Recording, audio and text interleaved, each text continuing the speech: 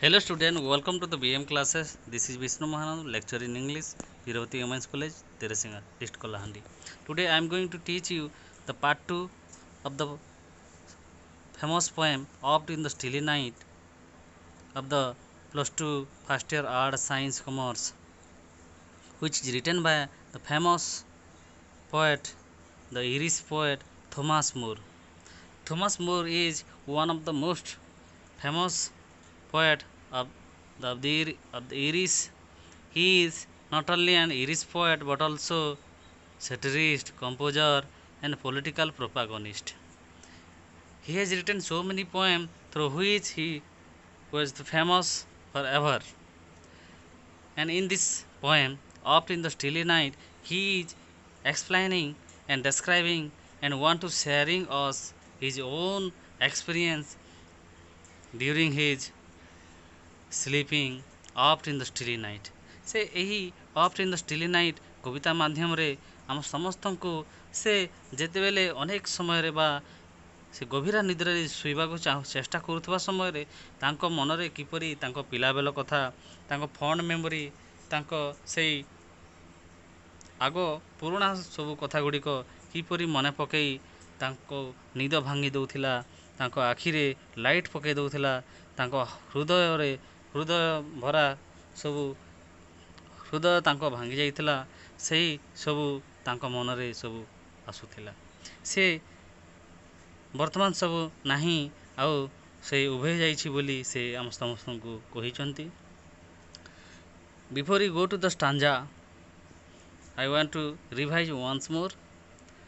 ସେ ପ୍ରକୃତରେ କହୁଥିଲେ ସେ ଯେତେବେଳେ ଗଭୀର ନିଦ୍ରାରେ ଶୋଇବାକୁ ଚେଷ୍ଟା କରୁଥାନ୍ତି, ଠିକ୍ ସେହି ସମୟରେ ତାଙ୍କର ସେଇ ଅନେକ ଗୁଡ଼ିଏ ପିଲାବେଳର ଅଭୁଲା ସ୍ମୃତି, fund memory bring the light, ତାଙ୍କ ମନରେ ତାଙ୍କ ହୃଦୟରେ ଯେଉଁ ହସ କାନ୍ଦ, ତାଙ୍କ ପିଲାବେଳେ ସବୁ ଯେଉଁ ଘଟଣା ସବୁ ଘଟିଥିଲା, ଯେଉଁ ପ୍ରେମର ବାର୍ତ୍ତା ହେଇଥିଲା, ସେସବୁ ବର୍ତ୍ତମାନ ନାହିଁ। ଆଉ ସେସବୁ ଡିମ୍ଟ ଉଭେଇ ଯାଇସାରିଛି। ବର୍ତ୍ତମାନ ସବୁ ଭାଙ୍ଗି ଯାଇଛି। କେବଳ ମୁଁ ଶୋଇବା ବେଳେ ମୋତେ ସେଇ ସବୁ ମନେ ପଡ଼ୁଛି। ଏସବୁ ଭାବିଲା ବେଳେ କୌଣସି ଜିନିଷ ନାହିଁ, ସବୁ ଉଭେଇ ଯାଇଛି, ଭାଙ୍ଗି ଯାଇସାରିଛି, ଦୃଷ୍ଟିଶକ୍ତି ଚାଲିଯାଇଛି ପରି ଲାଗୁଛି। କିନ୍ତୁ ଏସବୁ ମୋତେ ଶୋଇଲା ବେଳେ ହିଁ ମନେ ପଡ଼ୁଛି ବୋଲି କବି ସୁନ୍ଦର ଭାବରେ ତାଙ୍କର ସେହି ସ୍ମୃତିକୁ, ସେହି ଅନୁଭବକୁ ସମସ୍ତଙ୍କୁ ଜଣାଇବାକୁ ଚାହୁଁଛନ୍ତି।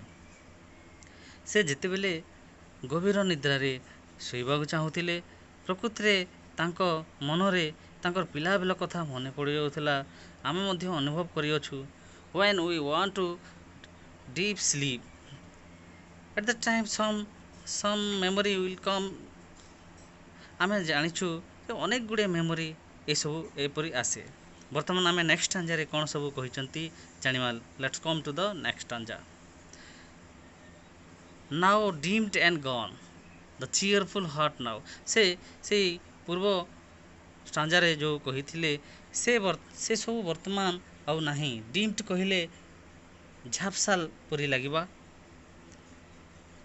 Deemed, now deemed and gun. Gun ମାନେ ଯେଉଁଟାକି ଆଇସାଇଟ୍ ଦ୍ୟାଟ୍ ହଜ୍ ଗନ୍, ଆଉ ଯେଉଁଟା ଅଲରେଡ଼ି ଚାଲିଯାଇଛି। ଦ ଚିୟରଫୁଲ୍ ହାର୍ଟସ୍ ନାଉ ବ୍ରୋକନ୍।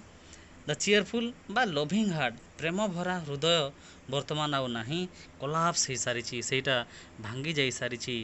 ଆଣ୍ଡ ସେ ବର୍ତ୍ତମାନ କହୁଛନ୍ତି thus in the stilly night ere slumber chain has bound me, sad memory bring the light of other days around me. ସେ ବର୍ତ୍ତମାନ କହୁଛନ୍ତି ପ୍ରକୃତରେ ଯେତେବେଳେ ସେଇ ଗଭୀର ନିଦ୍ରାରେ ଶୋଇବାକୁ ଚାହୁଁଛନ୍ତି, ସେଇ ଶାନ୍ତ ରାତ୍ରିରେ ଗଭୀର ନିଦ୍ରାରେ ଶୋଇବାକୁ ଚାହୁଁଛନ୍ତି, ଠିକ୍ ସେହି ସମୟରେ ତାଙ୍କୁ ଅନେକ ଗୁଡ଼ିଏ ସ୍ୟାଡ଼୍ ମେମୋରି ବା ଦୁଃଖଦର ଘଟଣା ତାଙ୍କୁ ମନେ ପକାଇ ଦେଉଥିଲା, ଆଉ ତାଙ୍କର ନିଦ ଭାଙ୍ଗି ଦେଇ ତାଙ୍କୁ ଏକ ଆଳୁଅ ଜ୍ୱଳିଲା ପରି ଲାଗୁଥିଲା। ଅଫ୍ ଅଦର ଡେ, ସେ ପ୍ରତ୍ୟେକ ଦିନ ସେଇ ଯେଉଁ ଗଭୀର ନିଦ୍ରାରେ ଶୋଇବାକୁ ଚେଷ୍ଟା କରୁଥିବା ସମୟରେ ହିଁ ତାଙ୍କୁ ସେପରି ଅନୁଭବ ହେଉଥିଲା। ତେଣୁ ସେ ଶାନ୍ତିରେ he was unable to sleep deeply or calmly in the night, because the sad memory and the fond memory bring the light during in the stilly night. ତାପରେ କହୁଛନ୍ତି when I remember all, ମୁଁ ଯେତେବେଳେ ସେସବୁ ମନେ ପକାଏ, when I remember all the friends so link together, ମୋ ସହିତ ଯେଉଁ ବନ୍ଧୁମାନେ ସାଙ୍ଗ ହେଉଥିଲେ, ମୋ ସହିତ ଖେଲୁଥିଲେ, I have seen around me fall, ସେ ସବୁ ବର୍ତ୍ତମାନ ଆଉ ନାହିଁ, ସେ ସବୁ ଉଭେଇ ଯାଇସାରିଛି। I have seen around me, ମୋ ସମୟରେ ମୋ ପାଖରେ ସେସବୁ ବର୍ତ୍ତମାନ ନାହିଁ, ପଡ଼ିଯାଇଛି। like leaves in wintry weathers, ଯେପରି ଶୀତ ଦିନରେ ବା ଖରା ଦିନରେ ଗଛରୁ ପତ୍ରମାନେ କିପରି ଝଡ଼ିଯାଆନ୍ତି, ସେହିପରି ମୋ ବନ୍ଧୁ ସାଙ୍ଗମାନେ ବର୍ତ୍ତମାନ କେହି ହେଲେ ନାହିଁ, କିନ୍ତୁ ସେହି ସ୍ମୃତି ମୋ ପାଖରେ ରହିଯାଇଛି। ମୁଁ ଯେତେବେଳେ ଶୋଇବାକୁ ଚେଷ୍ଟା କରୁଛି, ମୁଁ ଶୋଇପାରୁନି, ସେସବୁ ମୋତେ ବାରମ୍ବାର ମନେ ପଡ଼ୁଛି। I feel like one who trends alone, that means ମୁଁ ଏକା ହୋଇଥିଲେ ମଧ୍ୟ ସେସବୁ ମନେ ପକାଇ ମୋର ସ୍ମୃତିକୁ ତାଜା କରିଦେଉଛି ବୋଲି କବି କହିଛନ୍ତି। when he remember all his friends and who were linked together, ସେ ଯେତେବେଳେ ତାଙ୍କ ସାଙ୍ଗ ବନ୍ଧୁମାନଙ୍କୁ ମନେ ପକାଉଥିଲେ, at the time the sad memory and the fond memory bring him light the other day in the stilly night, ସେ ଯେତେବେଳେ when he want to sleep that chain has bound him, ସେ ଯେତେବେଳେ ଶୋଇବାକୁ ଚାହୁଁଥିଲେ, ସେତେବେଳେ ତାଙ୍କୁ ସେଇ ପୁରୁଣା ସ୍ମୃତି ଗୁଡ଼ିକ, ପିଲାବେଳର ହସ ଖେଳ କାନ୍ଦ ସବୁ ମନେ ପଡ଼ିଯାଉଥିଲା। ଆଉ ସେ ଗଭୀର ନିଦ୍ରାରେ ଶୋଇବା ବେଲେ ତାଙ୍କ ମନ ଭିତରେ ଏକ ପ୍ରକାର ଆଲୋକ ଆସିଯାଉଥିଲା, ଯେଉଁଟା ତାଙ୍କୁ ଶୋଇ ଦେଉନଥିଲା। ତେଣୁ ସେ କହିଛନ୍ତି thus in the stilly night era slumbers chain has bound me, the sad memory bring the light of other days around me, ସେ କହୁଛନ୍ତି ଯେ ପ୍ରକୃତିରେ ସେହି ଗଭୀର ନିଦ୍ରାରେ ଶୋଇଥିବା ବେଳେ ମୋତେ ସେଇ ପୁରୁଣା ସ୍ମୃତି ଗୁଡ଼ିକ ମନେ ପକାଇ ଦେଉଥିଲା, ଯେତେବେଳେ ମୁଁ କାହା ସହିତ ଖେଳିଥିଲି, ହସିଥିଲି, କାନ୍ଦିଥିଲି, ଏସବୁ ମୋ ମନରେ ଆସିଯାଉଥିଲା।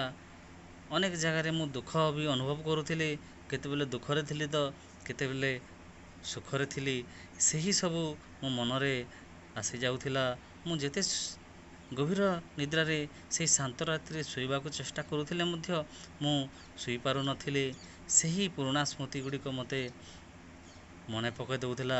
କିନ୍ତୁ ଯେତେବେଳେ ମୁଁ ମନେ ପକାଏ when I remember all the friends so linked together, ମୋ ସହିତ ଯେଉଁ ସାଙ୍ଗମାନେ ଏକତ୍ର ହୋଇ ରହୁଥିଲେ, ମୋ ସହିତ ମିଳାମିଶା କରୁଥିଲେ, ସେସବୁ ବର୍ତ୍ତମାନ ଉଭେଇ ଯାଇଛି। I have seen around me fall, ସେସବୁ ପୋଡ଼ିଯାଇଛି ବା ଲିଭିଯାଇଛି। like leaves in wintry weathers, wintry weatherରେ ବା ଖରାଦିନିଆ ୱିଣ୍ଟ୍ରି ୱେଦରରେ କିପରି ଗଛର ପତ୍ରମାନେ ସବୁ ଝଡ଼ି ଯାଏ, ନୂଆ ପତ୍ର ହେବାକୁ ଲାଗେ, ଠିକ୍ ସେହିପରି ମୋର ବନ୍ଧୁତ୍ୱ, ମୋର ସାଙ୍ଗସାଥି, ମୋର ଫ୍ରେଣ୍ଡ ସାର୍କେଲ୍ ବର୍ତ୍ତମାନ ସେହି ପତ୍ର ଝଡ଼ିଲା ପରି ଝଡ଼ିଯାଇଛି, ଆଉ କିଛି ଦେଖିବାକୁ ମିଳୁନାହିଁ। ଏହିସବୁ ମୁଁ ଯେତେବେଳେ ସେହି ଗଭୀର ନିଦ୍ରାରେ ଶୋଇବାକୁ ଚାହୁଁଥିଲା ବେଳେ ହିଁ ମୋତେ ସେସବୁ ମନେ ପକାଇ ଦେଉଥିଲା ବୋଲି କବି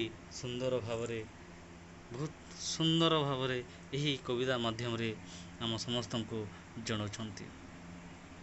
My dear student, I hope this class will be very useful to everyone and helpful to everyone.